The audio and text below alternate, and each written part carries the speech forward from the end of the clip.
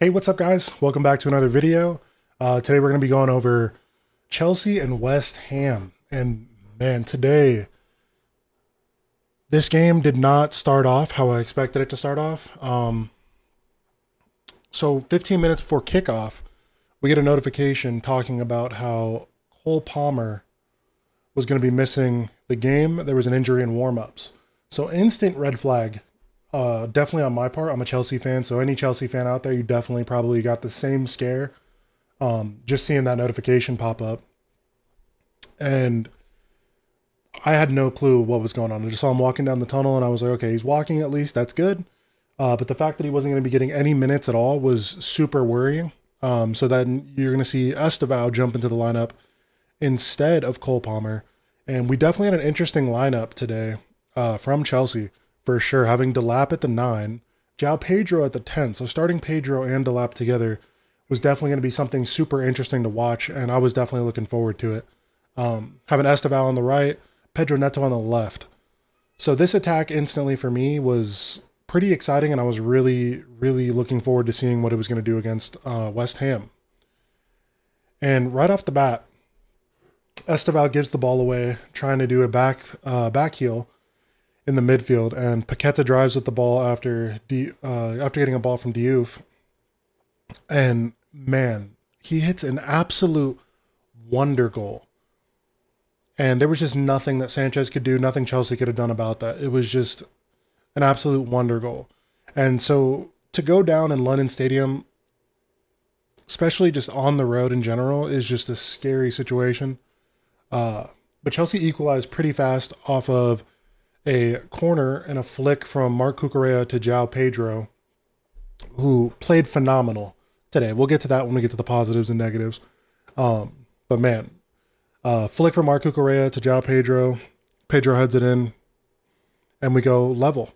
That I think was in the 15th minute. That's outstanding time to recover. And then, literally a minute later, Todibo gets a ball from Paqueta, whips the ball in to his center back partner, Max Kilman. He misses. Deflection goes to Füllkrug. Füllkrug scores. Absolute scenes at London Stadium. The fans are losing it. Füllkrug is doing some ridiculous dance with Paqueta, and at that point, I was getting a little nervous. I'm not going to lie to you, because you don't want to go down 2-1, especially an instant reply. It's not a good look. And luckily for us, Todibo was a few inches offside. Marc Cucurella fell asleep, and he got lucky that he was offside, because if he wasn't, it looks really bad on Cucurella. And a few minutes later, Neto scores off of a beautiful, beautiful pass from João Pedro, who once again, man, is just a phenomenal game from him. I'm glad to see him really performing, especially in that 10 role. And he just looked really good today. Fernandez gets the next goal right before halftime, and that was from a ball from Estevao after breaking the line. Man, for figuring out you're going to start 15 minutes before kickoff, he played really, really well today. I'm super impressed by him. I don't want to see him thrown into the fire, but I mean, it seems like he can handle it. So, man, he played great today, and that ball that he had to Fernandez was exquisite, man. Just a wonderful goal. And then you're going to see somebody who isn't the most likely suspect to get a goal, especially when it comes to how many games he's played. Caicedo plays his 100th game today for Chelsea and scores off of a corner. And man, you could tell how much it meant to him. He was so gassed to score that goal. And then Chalobah nets in the next one. 4 minutes later, same thing off of a corner. We look like Arsenal today. I'm not gonna lie. We scored 3 set piece goals from corners, and the new corner that we're doing is just trying to attack that near post, get a flick on, and just hope that somebody else can meet it. And it's working. Hermansson today, I just don't. I mean, he was the keeper last season for Leicester City, and I just wasn't convinced with him last year either. And I know that he was on a relegation battle team, and he was fighting for his life what seemed like every single game. But man, West Ham's window just not super convincing. And if I'm a West Ham fan, I'm super, super concerned about everything going on at the club. I mean, you've played 2 games so far this season, and You've conceded 8 goals, 3 to Sunderland and 5 to Chelsea. Super, super worried, and you've only scored 1. Um, and yet this window just isn't, it's not convincing enough. So, I mean, I'm hoping that these owners are going to dig in their pockets and hopefully get some more players in because this just isn't convincing enough. I mean, Kyle Walker-Peters, I thought that was a good signing as a free transfer, so that's really good business, but he just hasn't looked up to it. Malik Diouf, he might be one of the best transfers so far in the Premier League for sure. This kid is unreal, and I'm not gonna lie, I had no clue who he was leading up into this season. He has looked brilliant. I don't even know how old he is. 20 years old. Fair play. I mean, that's probably going to be a transfer that they move on in the future. That's going to get them a lot of money because he could do wonders in this league. They get Todibo on full transfer because I'm pretty sure they had him on loan last season. Evan Ferguson on loan. Market value is 43 million for Evan Ferguson. Do you remember a few years ago when he had 100 million market value? Man, what injuries can do to somebody. But I mean, Daniel Cummings from Celtic, Callum Wilson, that's not a needle moving transfer at all. And then Hermansen, and then you lose Kudos, which is a massive part of your offense. I know he wasn't great last year, but you lose Fabianski. Soufal was a big one I thought that they shouldn't have lost. Danny Ings, Cresswell, Kurt Zuma, and then Mikel Antonio. I mean, they just lost a lot of their strong voices in the team specifically, and they're just extremely toothless. That's what I've seen the last 2 weeks from West Ham. It's an extremely toothless team, and I don't think. I mean, I feel bad for Jared Bowen because, I mean, it looks like he's going to be a one club man, and he's just not getting any service. He's not getting any help. He can't play his game with the way that Graham Potter sets this team up, and that's another guy. I don't know what's going to happen with Graham Potter. Now, the owners did come out over the week, and say that they're backing Graham Potter and he's going to get time. But, man, the fans were leaving at halftime. So, I don't know what it's going to take. Maybe a change of lineup, maybe a change of some transfers in the window. I don't know. Because the window's coming to a close and you don't have much time, but they need some signings for sure because this team is just not going to do it. And I think I put them in like 15th or 14th. They could be a relegation fear. I don't want to jump the gun, but they could be a relegation battle team this year. And with the way that they're playing, it's looking like it for sure. Those are really the negatives on West Ham. Positives. I mean, I can't really get to the positives. One more negative for sure. Aaron Wan-Bissaka.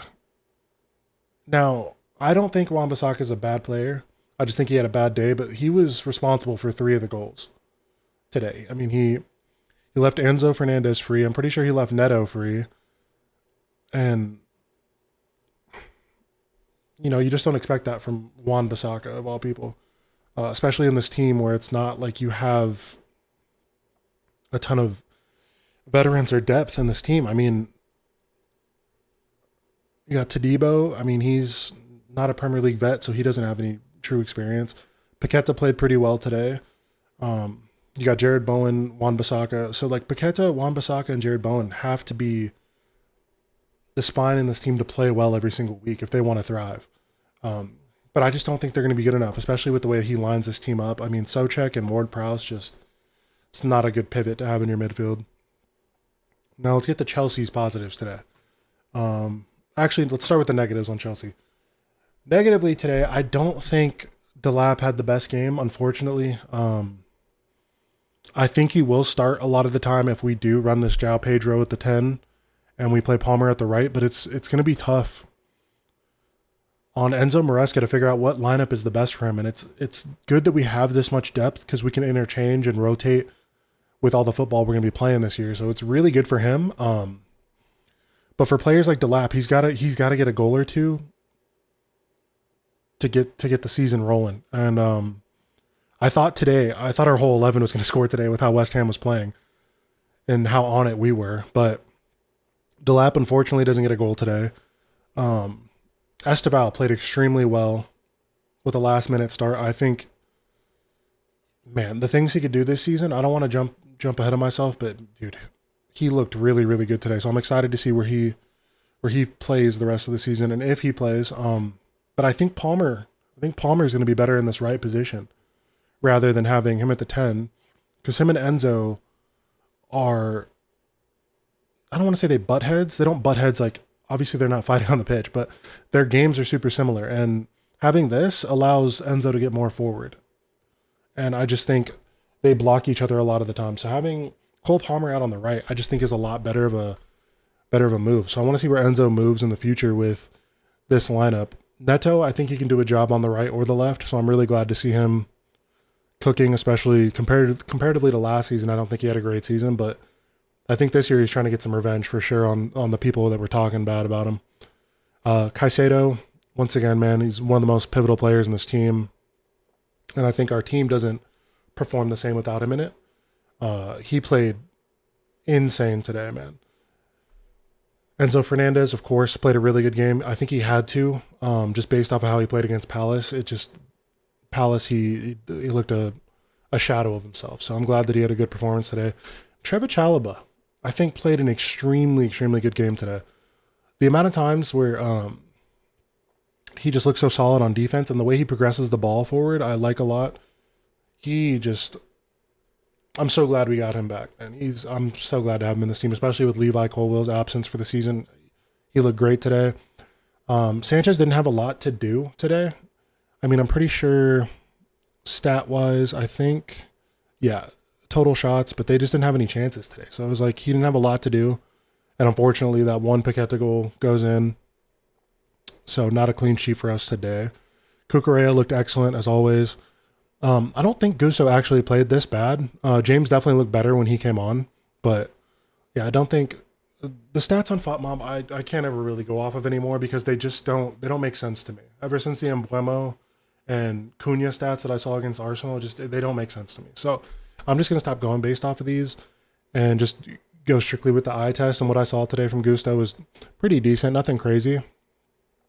But man, this is super exciting if we can really bounce off of this and we play Fulham next week. I'm super excited to see where Chelsea is going to go in the future. And man, João Pedro, hats off to you, man. Hats off to you. He played extremely well today.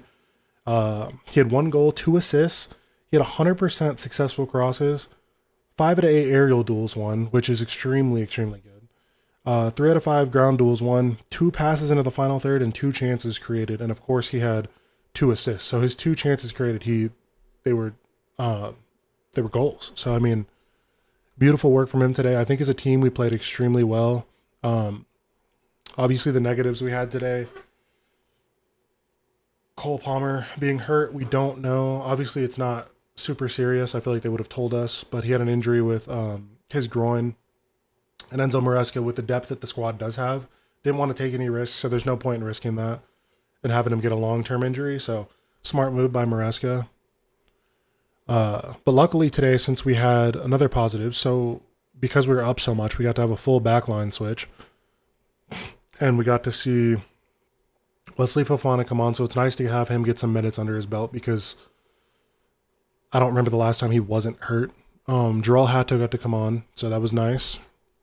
And yeah, I'm hoping that Hato can get settled in pretty well because he is a super, super exciting talent defensively because he can play the left back, he can play center back, and at Ajax he was extremely pivotal to their season, excuse me.